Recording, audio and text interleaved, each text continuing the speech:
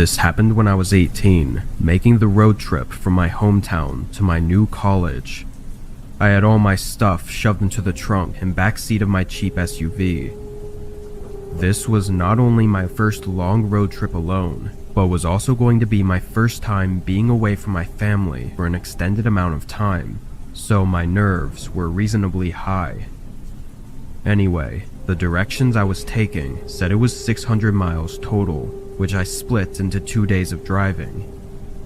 I was taking whatever route the maps had me take, and it estimated I'd make it to the hotel at 11 p.m., but with possible traffic, gas stops, and getting food, I knew I'd likely get there much later.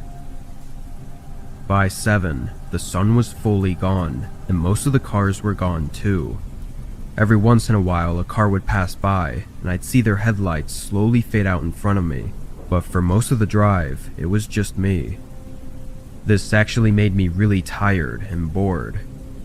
Around 10, I decided I'd stop at the next gas station before making the final stretch of the drive. About 10 minutes later, I exited the road and entered a gas station. Being so far out, this wasn't a town or anything. It was literally just a gas station with a few pumps and a tiny convenience store. I didn't see any other cars on the road or in the lot, and not even any lights from any nearby houses or buildings in the distance. I pulled right up to a pump and got out to start topping off my tank, and as I looked around, I almost got jump scared by a guy walking up to me. In comparison to myself, he was much older, probably 50s if I had to guess, and he honestly looked homeless. But regardless, being approached out here wasn't something I was expecting, and his short smile didn't make me feel any more comfortable. "Hi, do you need something?" I said, hoping he wouldn't walk any closer. The man stopped a few feet from my car and looked around almost cautiously before responding. "Take the exit back onto the highway." I looked at him confused, not sure if I was understanding him right. He pointed behind me at the exit I came from and repeated himself. "Take the exit back onto the highway." After a second, I said okay, and the man walked off, but I was still really confused. The exit I came from that he wanted me to take again was a one-way road, so by his logic, he wanted me to drive on the wrong side of the road and do a U-turn back onto the highway. It just didn't make any sense. I looked out at the entrance road, the obvious one that I was supposed to take, and there were no signs of any construction or anything blocking it. It just looked like an empty ramp back onto the highway. As I put the pump back and got in my car, I glanced over at the man, who was now just sitting against the side of the convenience store. The more I thought about it though, the more crazy that man seemed, just to be sitting out here saying nonsense. I thought maybe this was some kind of trap or something, so I went with my instinct and drove out of the lot and toward the entrance to the highway. As I merged onto it though, I realized pretty much all the streetlights were out. I slowed down, thinking maybe this was a construction zone or something. I kept my eyes focused on the road directly ahead, making sure to be cautious of anything. But while I made my way through the unlit road, I saw only a brief outline of a figure to my left before a pickup truck came out of nowhere and stopped right in front of my car. Every door opened as 4 men jumped out of the truck and started running up to my car, holding weapons of all kinds. Metal bats, machetes, knives, and not even anything covering their faces. They just had this emotionless gaze, like they felt nothing of what they were doing. I quickly started backing up as they got just a few feet away from my windows, and once I got far enough back, I suddenly saw the outline of dozens of people coming out of the shadows off the side of the road. A few even tried chasing my car as I frantically reversed out of there. As soon as I could, I turned around and sped off. I called 911 once I felt I was safe, but for some reason, I never got a call back. No update on it at all, almost like they didn't even check on it. Ironically though, it was the creepy old guy at the gas station that tried to prevent me from even getting caught up in that mess. Or at least that was what I assume he was doing. Either way, I was incredibly lucky to get out of that with my life, as I have no idea what that was or what they were all planning to do.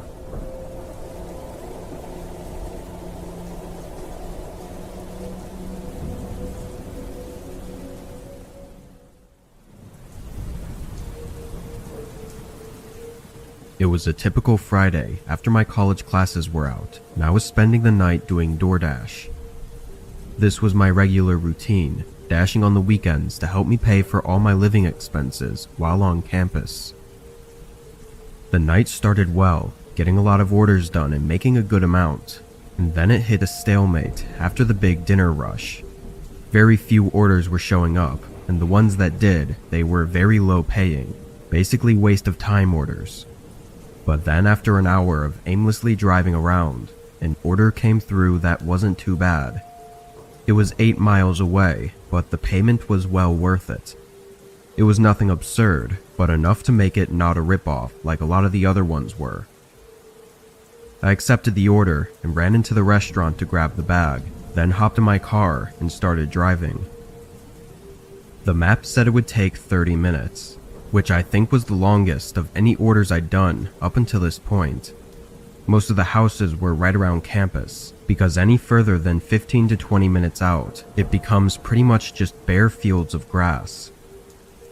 As I got to that 20-minute mark, it became just that. Very few houses, mostly sitting far out in fields of crops, and nothing else. The rest of the 10-minute drive was on this empty road going along these farms. Then I made it to the house. There was a dirt driveway connecting to the road, leading through a large field, and in the far back was a small house. Driving through the field felt very eerie. Even though I'm not one to get nervous without reason, this felt different. As I got further out from the road, the only sound was the low rumbling of my car on the dirt.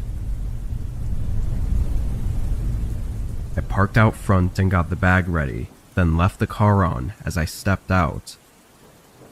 The night was quiet and the house was dark, having only the porch light on to illuminate the outside. I walked through the unkempt grass and up to the porch, knocking on the door. As I waited, I looked back at my car, sitting in the dark, with the field of pitch black behind it. A moment went by, then I knocked again, but there was no response, not even the sound of anyone inside. It didn't take long for me to realize the strangeness of the situation, seeing no lights on in the windows, and noticing how decayed the house looked up close. The only thing that made me think it couldn't be abandoned was that I had an order for this address, and the porch light was on. I looked at the light, thinking why would that be the only light? But by some odd chance, I happened to recognize the top portion of the casing having a cheap solar battery. It was just an automatic light that charges during the day and turns on in the evening, meaning nobody had to be here to turn it on. Just as I was piecing this all together though, I heard a rumbling sound behind me. I turned, seeing a car driving down the dirt path and coming up right behind my car. I stood there and stared at their headlights until a man stepped out. I yelled from the porch, asking if this was his order, but he didn't reply. He just stood right next to his car and didn't move or speak. I felt my adrenaline spike as I began realizing how horrible the situation likely was. The silence of the night only reminded me that there was nobody here to help. I was stuck in the middle of a field between an empty house and a stranger. In a split-second instinctual reaction, I dropped the bag and sprinted off the porch, running behind the house and straight into the field of grass. I looked back, seeing the man coming up behind me. Frantically, I continued running, and the further out I got, the thicker and taller the grass became, until it was covering all views of direction. By then, I knew the guy had no chance in following me. I slowed down, catching my breath as I carefully moved through the crops and tried to be quiet in case the man was still trying to find me. Eventually, I made it to someone else's yard, and from there I got to a road where I had enough signal to call for help. Police picked me up and went to check on my car, but of course, the man was gone by then. I was surprised though, because my car hadn't been looted, and the bag of food was still on the porch of the abandoned house. But that could only mean that the man had other intentions, likely far worse than just robbing me.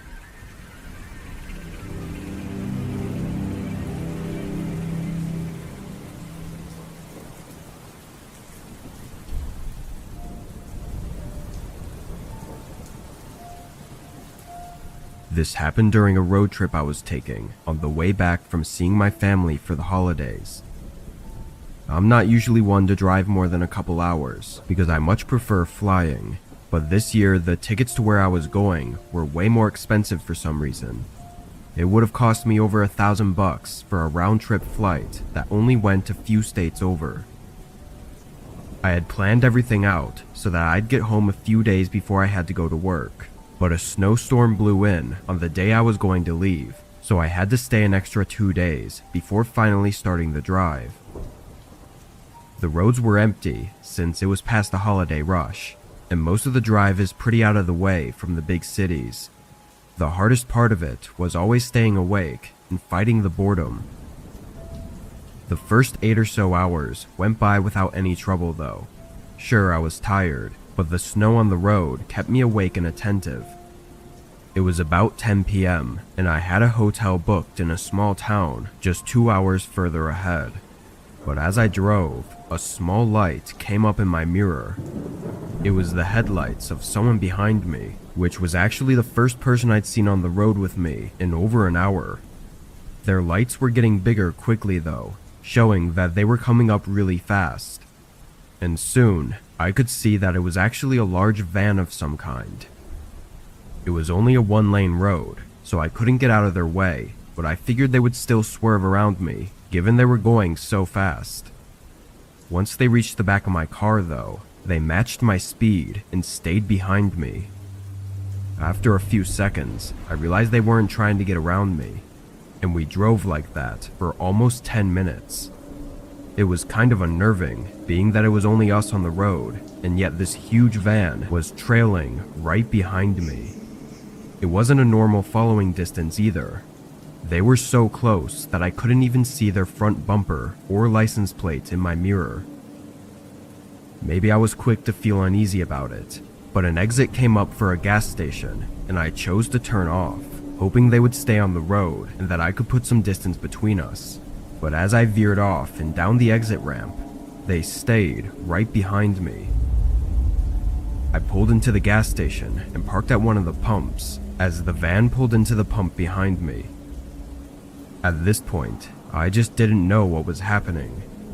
Part of me thought that this was something bad, but another part of me thought I was just overreacting.